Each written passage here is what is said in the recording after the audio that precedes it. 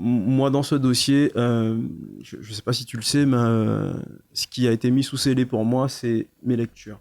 Ça veut dire qu'ils sont arrivés chez moi, ils cherchaient des armes, ils n'ont pas trouvé d'armes, ils ont pris ce que je lisais et ils ont mis sous scellé des livres.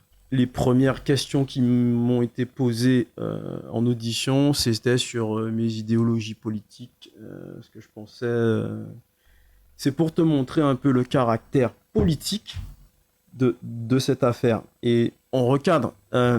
La Guadeloupe, au moment des faits, devient, si tu veux, le phare du monde. Parce qu'il n'y a que nous. Mais oui, attention, dans les départements français, aux Antilles, ça bouge. Voilà. Nous, on a été, en gros, le mauvais exemple, si on se pose du côté de l'Hexagone. Et quand on regarde l'histoire, on a toujours été en avance sur certaines crises. Tout à l'heure, tu parlais de mai 68 en France. On a mai 67. Nous, on a mai 67 avant. Tu vois ?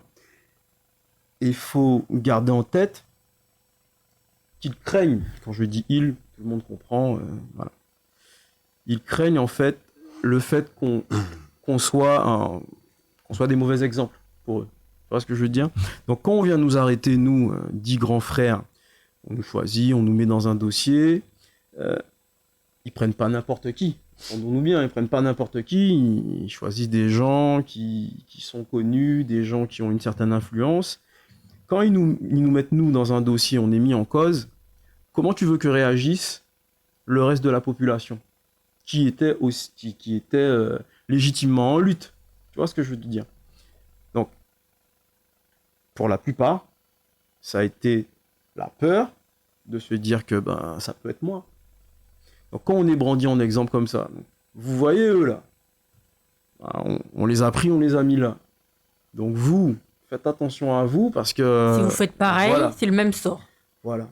Ensuite, tu as l'affaire des grands frères. Il y a eu plein de choses entre-temps. Tu as l'affaire des grands frères. Qu'est-ce qui se passe quelque temps après à la Nouvelle-Calédonie? On a des copycats.